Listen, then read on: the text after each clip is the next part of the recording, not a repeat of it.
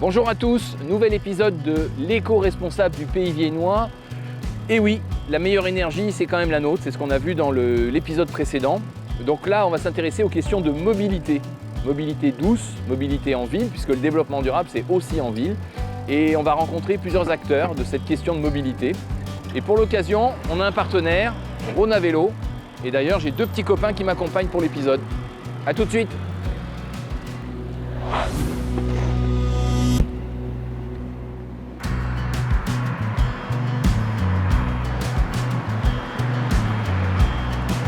Bonjour Laura. Bonjour Christophe. Alors vous êtes la spécialiste du vélo sur l'agglo, on peut dire ça comme ça? On peut dire ça comme ça. Je suis chargée de mission mobilité et modes actifs à la direction des transports et des mobilités de Vienne-Condrieu Agglomération. Alors attendez, là, il y a beaucoup d'informations. Mobilité, oui. Je suis dans une équipe de 7 personnes. On s'occupe à la fois du transport en commun et des modes alternatifs à la voiture individuelle. Et donc moi je suis chargée de m'occuper de ces alternatives à la voiture individuelle. Qui sont le covoiturage, l'autopartage et le vélo. Et c'est le vélo qui occupe la plus grande partie de mon temps. D'accord. Donc quand on dit vélo, c'est à la fois construire des pistes cyclables, fournir du stationnement aux usagers du vélo et puis faire émerger un certain nombre de services sur le territoire. Alors en ce moment, il se passe plein de choses sur l'agglo justement, il y a plein de nouveautés. On va voir tout à l'heure l'équipe de Fredo. Alors oui, il y a aussi un atelier de réparation de vélos qui est organisé par le club Léo Lagrange que l'agglo soutient, qui consiste à aider les usagers à être autonomes sur les réparations de premier niveau de leur vélo. Et qui propose aussi des cours de vélo-école et de remise en selle, soit pour les personnes qui ne savent pas faire du vélo, soit pour les personnes qui sont plus trop à l'aise parce qu'elles n'en ont pas fait depuis longtemps. Et on a combien de kilomètres de pistes cyclables aujourd'hui? On a à peu près 22 km de Via Rhôna et 13 km d'aménagement cyclable sur l'agglo. Et d'ici à la fin du mandat, il y a un objectif? On va revoir à l'automne notre schéma directeur vélo qui est vraiment la stratégie qui dicte en fait la politique cyclable effectivement à l'échelle plutôt de 2 mandats d'une dizaine d'années. Et là, il faut qu'on le réécrive puisque depuis la fusion avec la communauté de communes de la région de Condrieu et l'intégration de la commune de Messier, le schéma n'a pas été réécrit, donc on reste sur un schéma qui date d'avant. Est-ce qu'à terme, on pourra imaginer d'aller en vélo jusqu'à Messier, c'est-à-dire vélo sécurisé? Alors en effet, aujourd'hui, on a deux transversales qui traversent le territoire du nord au sud, qui, si on caricature, sont de part et d'autre du Rhône. Et l'idée maintenant, c'est de faire des arêtes qui aillent à la fois à l'est et à l'ouest. Avoir les 4 points cardinaux, quoi. Avec les difficultés topographiques qu'on connaît sur le territoire. Mais bon voilà, là-dedans, le vélo assistance électrique va peut-être nous aider à franchir les côtes de manière plus facile. Est-ce qu'il y a toujours les aides à l'achat du vélo électrique? Oui, il y a toujours les aides à l'achat de vélo assistance électrique de 150 € sur les vélos qui sont achetés auprès des revendeurs du territoire. Très bien. J'ai vu par endroits, il y avait des petites bornes qui dépassent là, le long de la via. Enfin, c'est pas la Via Rhôna là. On n'est pas sur Via Rhôna là. On est sur une voie verte. Alors c'est quoi la différence? Donc la Via Rhôna, c'est un itinéraire touristique qui va du Léman jusqu'à la mer.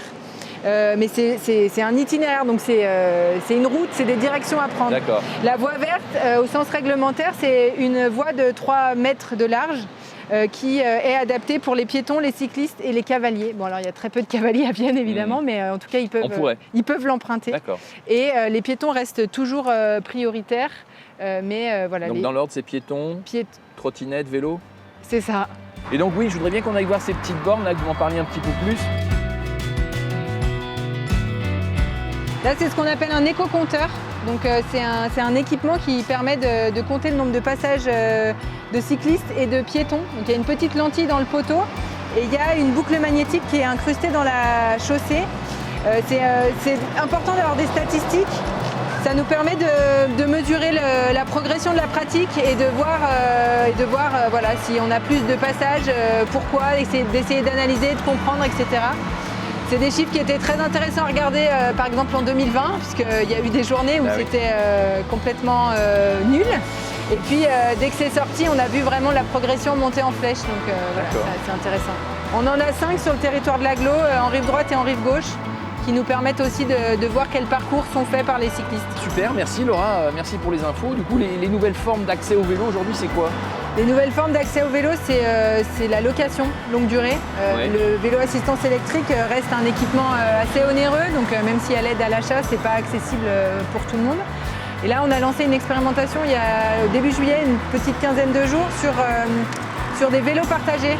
Donc il y a 30 vélos qui sont implantés dans le cœur urbain de l'agglo, dont 10 vélos assistance électrique. Ça permet aussi aux usagers de pouvoir tester ceux qui l'ont jamais essayé. Voilà, c'est bien, je vais aller voir ça alors. Merci Laura. De rien, bonne journée. Au revoir.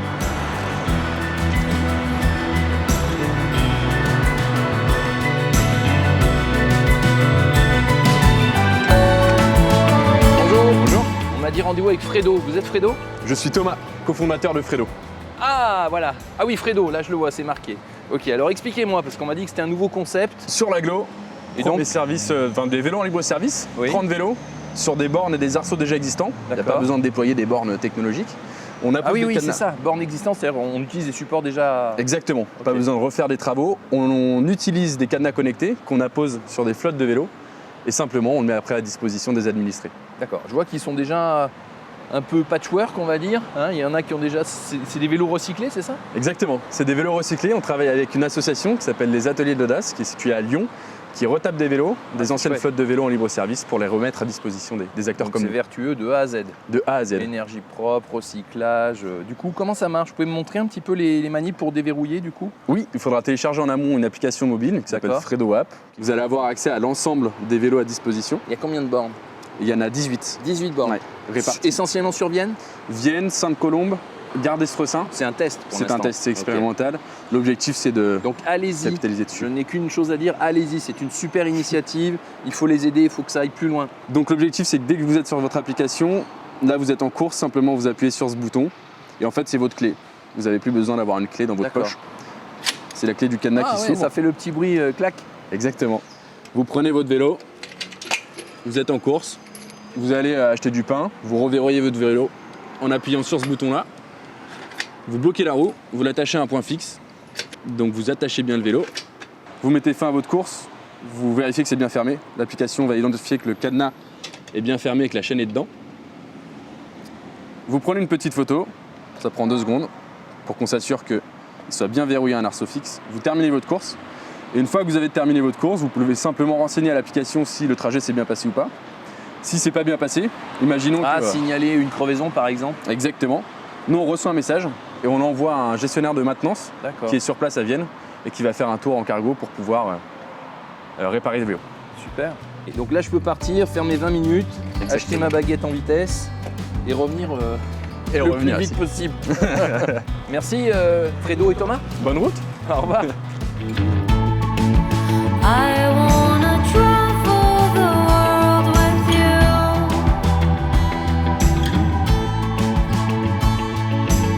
Voilà, on a vu différentes formes de déplacement, ce qu'on appelle la mobilité douce sur voie verte. On va s'intéresser maintenant un petit peu à la Via Rona et puis surtout à une autre forme de mobilité dans le cadre du sport et pas n'importe lequel, le handisport, où là aussi la révolution électrique a changé beaucoup de choses. On a rendez-vous avec Louis.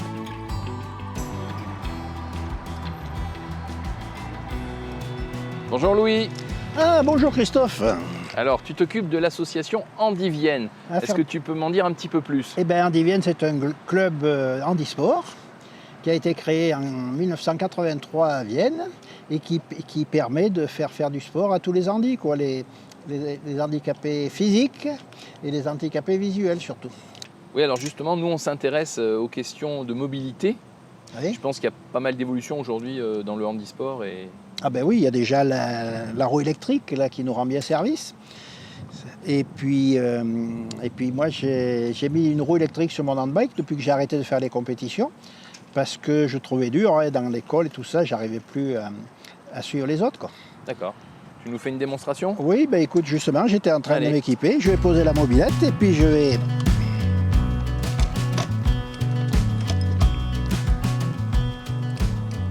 Là, il est équipé électrique déjà?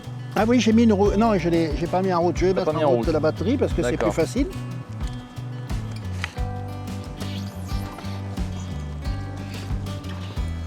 Bon, bah alors, lui, tu es tout équipé là, tu peux partir tout au long de la Via Rona là. Ah, ben là, je descends la Via Rona, puis après, je monte à Annonay parce que j'aime bien les côtes. Maintenant que j'ai la roue électrique, c'est facile. D'accord. C'est facile. Ah, bah, bon voyage. C'est que du bonheur. Ben merci. Écoute, bonne route. À bientôt. Salut. Allez, au revoir.